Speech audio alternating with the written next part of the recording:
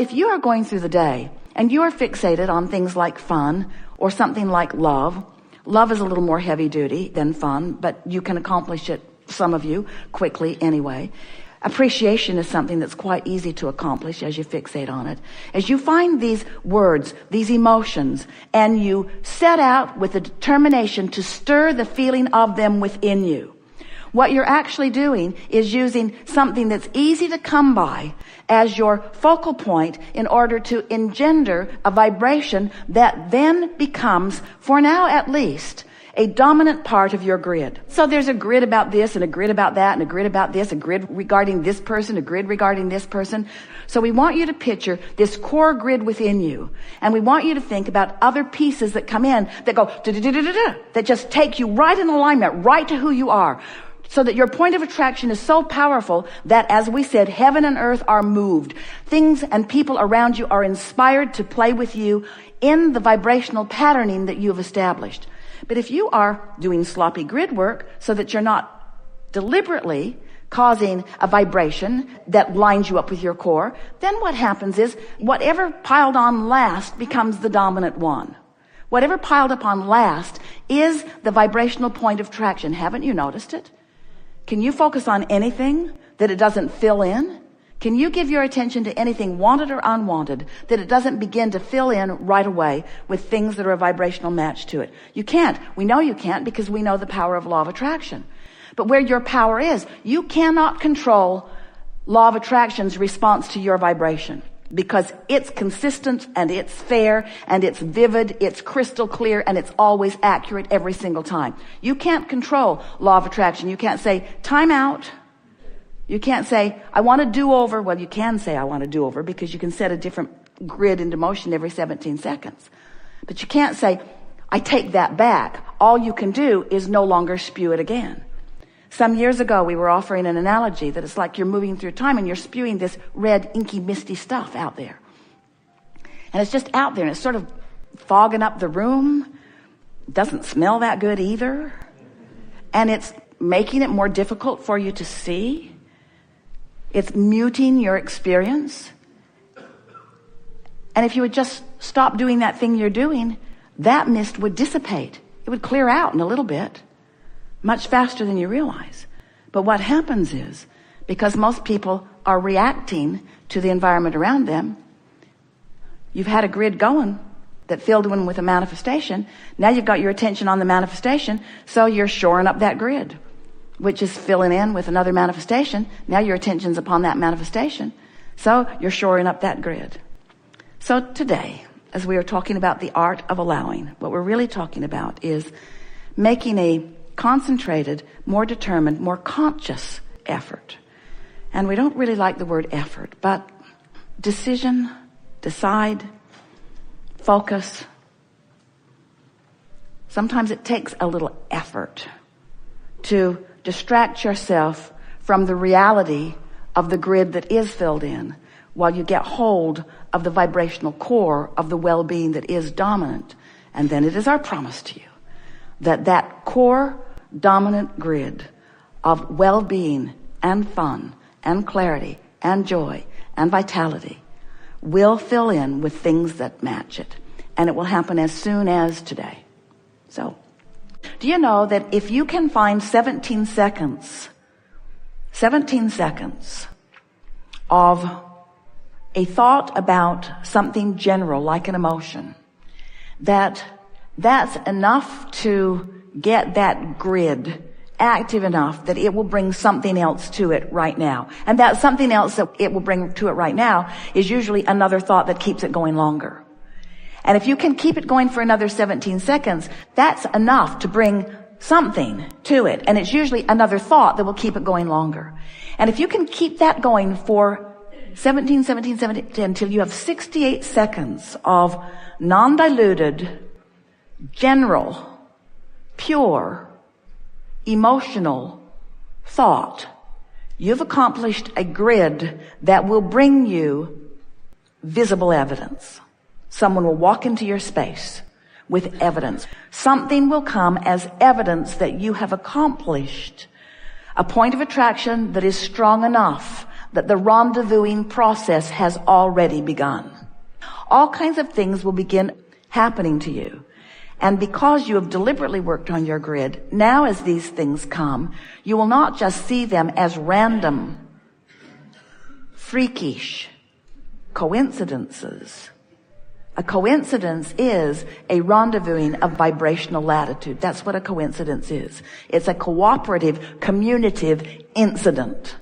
Coincidence is the best word we know that is talking about rendezvousing, which is caused by law of attraction. But you thought it was random.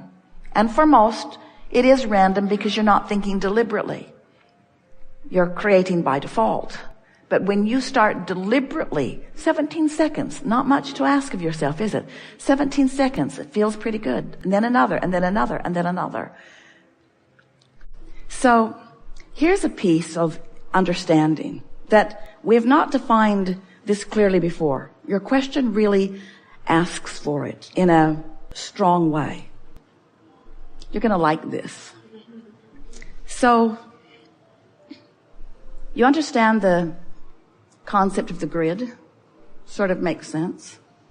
That I've got this vibrational basis, and when I step into my full power, everything goes better. So here I am, feeling good. And I'm thinking about something that's way out there. Maybe the birth of babies that haven't even been conceived yet, or a relationship and I haven't even met the person yet, or a business that I will have someday that I have not even established yet or prepared for yet. Something way out there in my future.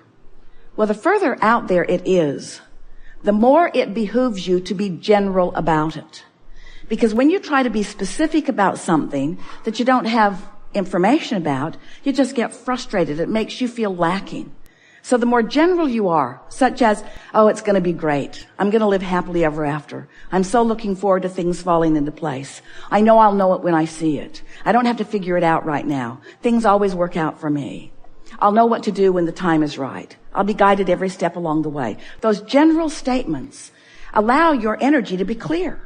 And all that is necessary for you to get everything that's in your vortex, or to achieve a grid that allows everything in your vortex to just flow in the perfect timing and sequence, all that's required for that is that you keep a smooth energy pattern going on.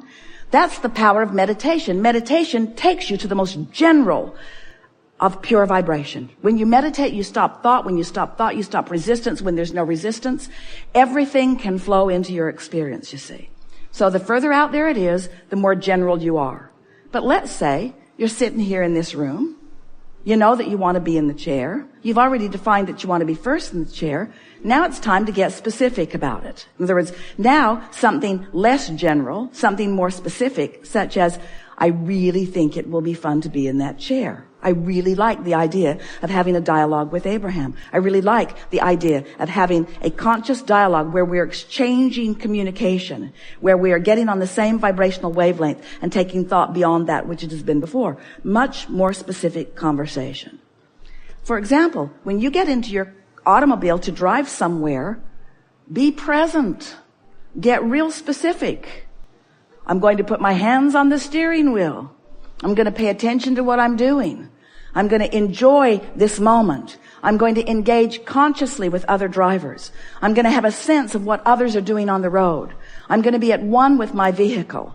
I'm going to have everything in my vicinity, in my awareness, whether I'm using my physical senses. You use your hearing much more in driving than you realize. I'm going to use my physical senses. I'm going to use my eyes and my ears. I'm going to be at one with my vehicle, but I'm going to sense intuitively what other drivers around me are doing. That's a really specific conversation that you're having with yourself. And because you're just about to get into your vehicle, it's good to be really specific. You don't want to be in that general sense. Whatever will be, will be. Things just work out for me. I think I'll take a nap while I drive up to Stanford.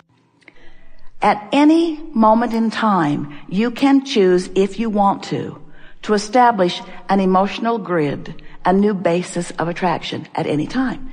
You don't have to just keep parlaying off what's been going before. At any time, you can say, hey, I get this point of attraction stuff. I understand that I am the creator of my own reality. I get that I am emanating a vibration, and that vibration is being answered now. I get it that I don't pile it up and pile it up and pile it up and pile it up. You don't pile up your point of attraction. You only pile up your propensity to offer vibrations in any moment in time. That's new. That's a new way of saying that. You only pile up your propensity to respond in any moment in time. And in any moment of time, this is quite exciting, isn't it? In any moment in time, you can choose to respond differently once you know about the grid. Once you know that right here, right now, you can look at that, whatever it was, and you can have a knee-jerk response to it that creates a new layer of point of attraction, because your grids are moving forward with you as you are moving forward. And you know what else is really interesting? We've been talking to you for a long while about this vortex and about the point of attraction that the source within you holds. How every time you know what you don't want, you know what you do want, and source is the placeholder of all of that. We want you to feel with us just for a moment the power and the importance and the perfection and the love of the vibrational grid that source holds for you. Your Earth spins in its orbit in perfect proximity to other planets. Do you have any idea of the extraordinary well-being that is surrounding all of you, you see? It would be so easy for you if you tried just a little bit to feel that grid that is the non-physical placeholder of all that you are, that is constantly filling in with new generations and new ideas and new technology and new, better ways to live. More comfortable ways to live, more ways to live joyously in this leading edge time-space reality. All of us holding that vibrational, emotional grid of well-being. And you layering it with whatever's happening in the moment. But you have the option in every moment. The emotion that you feel in any moment, in every moment, is nothing more. And we are not trying to diminish its importance, because it's everything. But it is nothing more than the vibrational relationship between the non-physical grid, the grid that source is holding for all of you, and the grid that you are holding for yourself in this moment in time. Because when you get vibrationally off the beam from who you are, you feel that discord. It's what we've been calling resistance. This is just another more hands-on way for you to feel it, you see. We've been talking to you for a while, and we say to you, as Seth said to you, you are the creator of your reality. And Jerry said, I like the sound of that, but how is that so? Seth said, your point of power is in the present. And Jerry said, oh, that sounds important, but what do you mean? How is that so? And so all of these years we've been explaining primarily those two things, that you are the creator of your own reality and that you're doing it in your powerful now.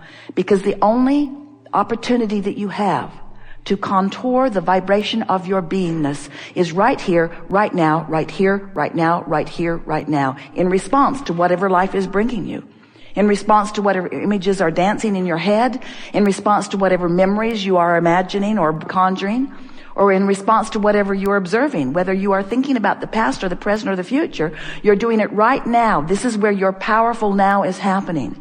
And in this powerful now, you are establishing yet again another 17 seconds, another 17 seconds, another 17 seconds. A vibrational grid. Your power is now. And your ability to feel how it dovetails in with the long-standing grid, the eternal nature of your being. So look at it this way. You were source energy before you came into this body, and you had a grid with a point of attraction going on that we can't even begin to describe the perfection of. That's who you are coming in. And then, just like you planned, you begin creating other grids so that you can feel the relationship between them, so that you can establish new things that you want. But through all of that, you have the ability to come home to the central place, come home to the vibrational beingness, come home to that place of well-being that has been established long before you came into this physical body and is increasing with every 17 seconds that you have been living ever since, you see. Every 17 seconds. You have the opportunity of reestablishing and setting into a different direction the vibrational grid, which is your point of attraction. Do you like knowing that you have a point of attraction? Do you like knowing that it is scientifically, mathematically provable? Do you like knowing that there's no way that you could ever wonder what's coming to you or why